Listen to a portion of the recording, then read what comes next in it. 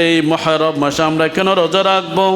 আমরা জানলাম রমজানের ফরজ রোজার পরে নফল রোজার ভেতরে সেরা নফল রোজা হচ্ছে মুহররম মাসের রোজা। এই সম্পর্কে আমার নবী আরো ইরশাদ করেন, আন ইবনে আব্বাস রাদিয়াল্লাহু তাআলা قال قال رسول الله صلى الله تعالى عليه وسلم من صام يوم عرفة كان له كفارة سنتين। যে ব্যক্তি আরাফার দিন রোজা রাখবে, আরাফার দিনের একটা রোজার ওসিলায় 2 বছরের গুনার কাফারা হয়ে যাবে। ওমান সামা ইয়াওমান মিনাল মুহররম ফালাহু বিকুল্লি ইয়াওমিন 30 ইয়াওমা। যে ব্যক্তি মুহররম মাসে একটা নফল রোজা রাখবে, একটা নফল রোজার বিনিময়ে 30টা রোজা রাখার 1 মাস রোজা রাখার সমতুল্য সওয়াব পেয়ে যাবে। বান্দা যত বেশি মুহররম মাসে নফল রোজা রাখবে, প্রতিটি রোজার বিনিময়ে রব্বুল আলামিন 1 মাস 30 দিন রোজা রাখার সমতুল্য সওয়াব দান করবে। এরপরে এবার আসুন বাবারা ভাইয়েরা, সবাই চেষ্টা করবেন মুহররম মাসে কিছু নফল রোজা রাখার জন্য। এখন আলোচনা হবে ইয়াউমা আশুরা সম্পর্কে। আশুরার এত গুরুত্ব কেন, এত ফজিলত কেন? আশুরা এটা আশিরুন শব্দ থেকে উৎপত্তি হয়েছে। আশুরা আশিরুন শব্দ থেকে এসেছে। আশিরুন শব্দের অর্থ হচ্ছে দশম। আশিরুন শব্দের অর্থ কি? দশম। আশরা মানে 10, আশিরুন মানে দশম। আশিরুন থেকে এসেছে আশুরা। সুবহানাল্লাহ বলুন না। এই আশুরা সম্পর্কে বিভিন্ন কিতাবের মধ্যে এসেছে আশুরার ফজিলত সম্পর্কে।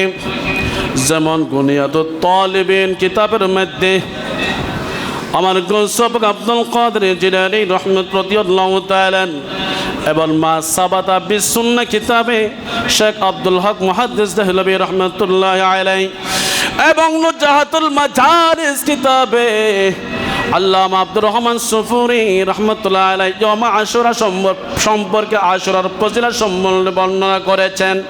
এভাবে অনেক কিতাবের মধ্যে আশুরার ফজিলত সম্পর্কে বর্ণিত হয়েছে। ওই দিনের গুরুত্ব সম্পর্কে এসেছে।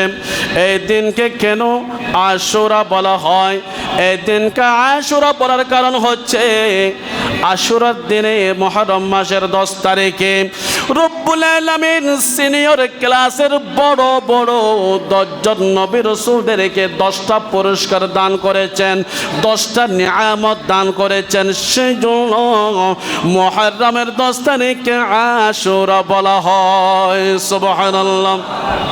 এবং আশুরার দিন অনেক ঘটনা সংঘটিত হয়েছে।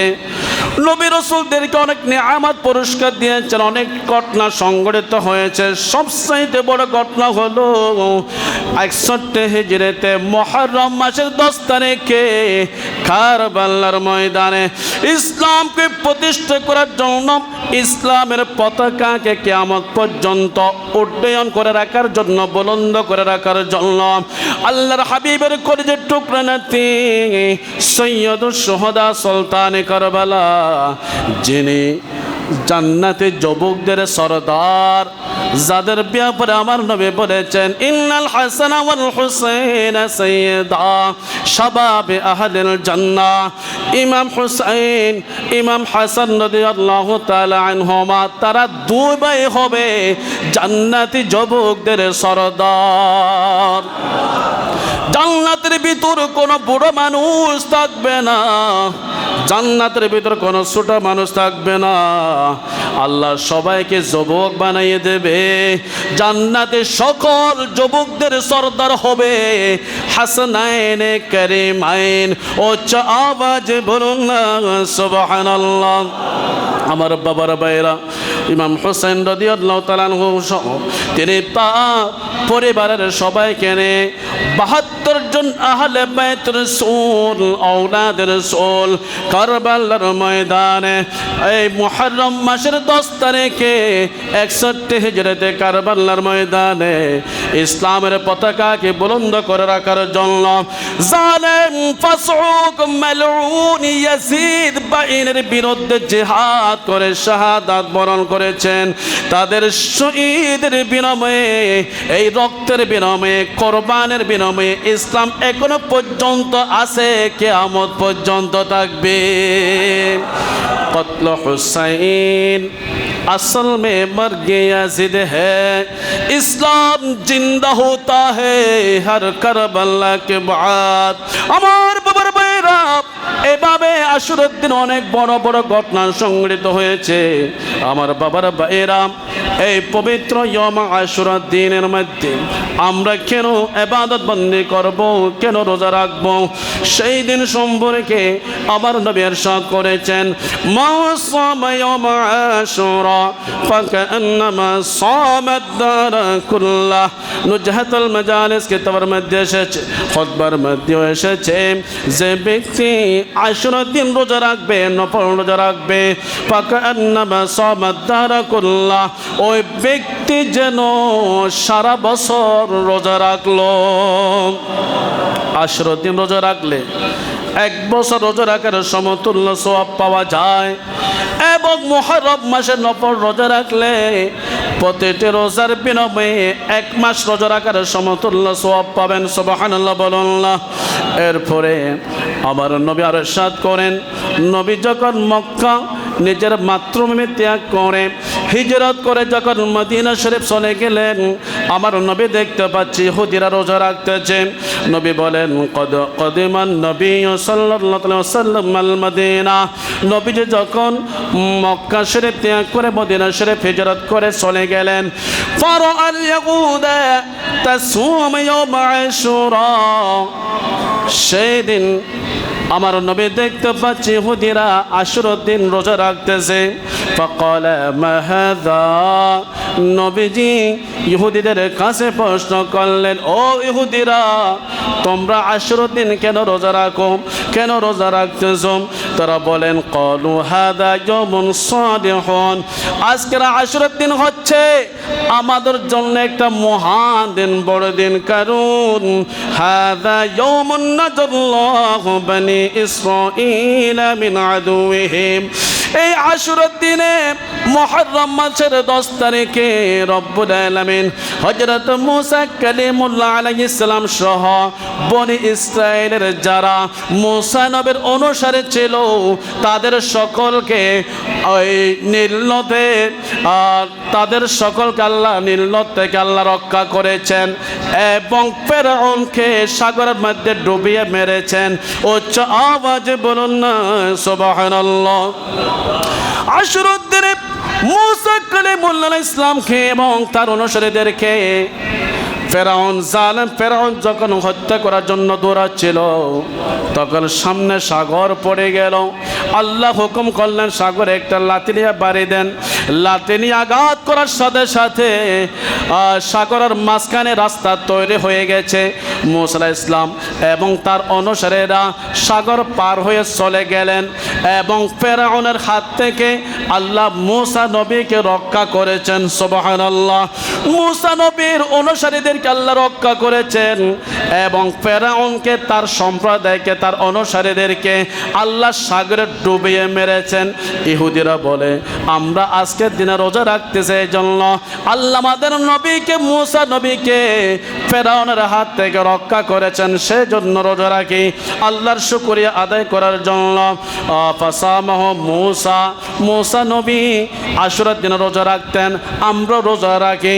এই কথা বলার পরে নবী বললেন, ক্বালা ফাআনা আহাক্কু বিমুসা মিনকুম।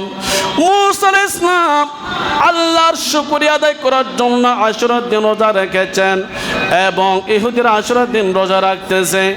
নবী বললেন, বললেন, এই ইহুদিরা শোনো শোনো, তোমাদের থেকে মুসা নবীকে অনুসরণ করা আমি নবী আরো বেশি উপযুক্ত।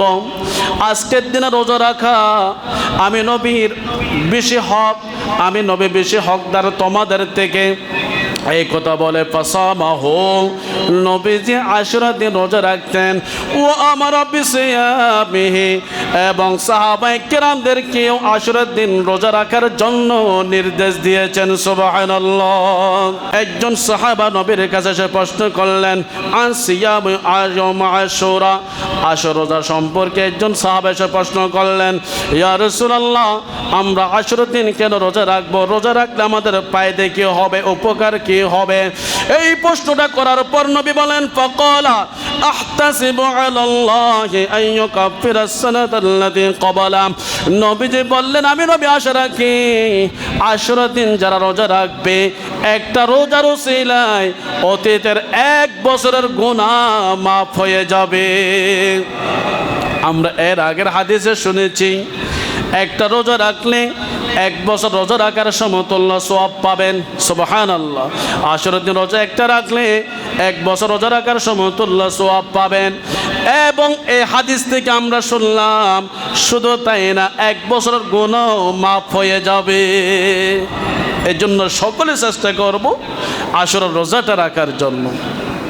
এরপরে এই আশুরা রোজা সম্পর্কে নবী আরো বলেন, মান সামা ইয়াওমা আশুরা, যে ব্যক্তি আশুরা দিন রোজা রাখবে, এটা মুসলিম শরীফের 1162 নম্বর হাদিস।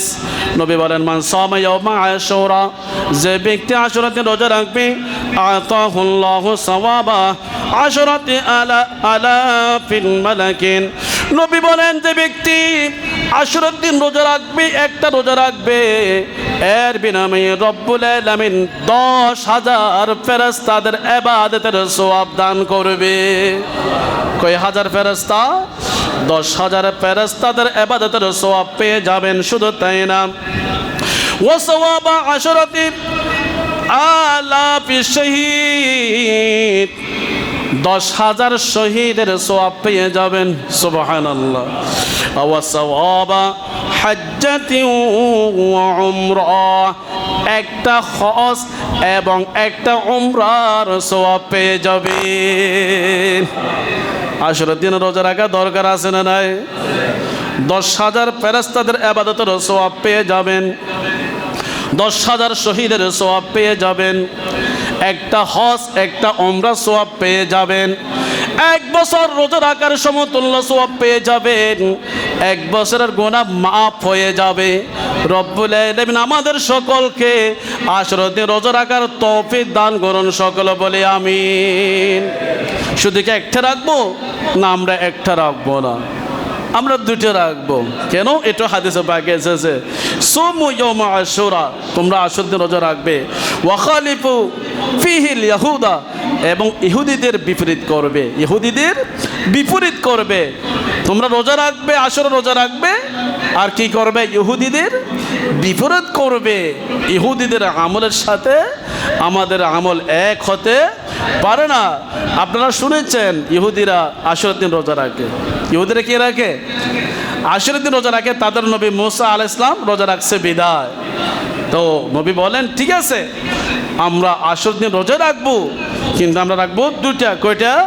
সুমু ক্বাবলাহু ইয়াওমা ও বা'দাহু ইয়াওমা, তোমরা রোজা রাখবে আশুরা দিনের আগের দিনের সাথে মিলিয়ে 9 তারিখ 10 তারিখ 2টো রোজা রাখবে, অথবা 10-11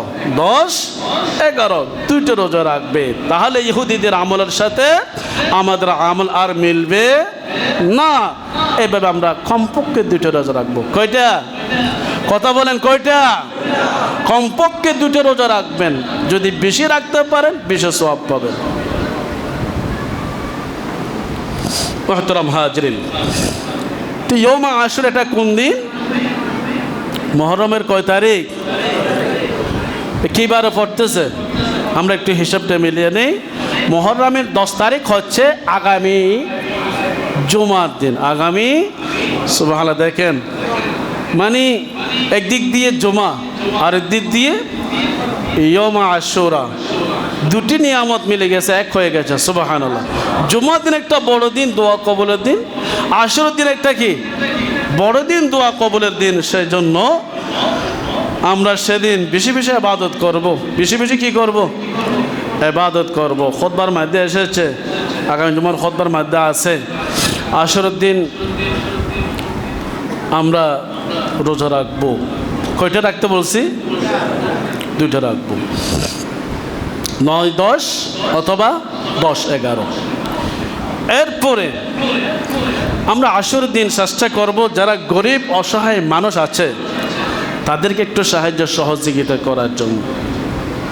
আপনি যতটুকু পারেন আপনার সামর্থ্য অনুযায়ী গরিবদেরকে একটু সাহায্য করবেন, খাবার দান করবেন, টাকা পয়সা অনেক ফজিলত, অনেক সওয়াব আছে।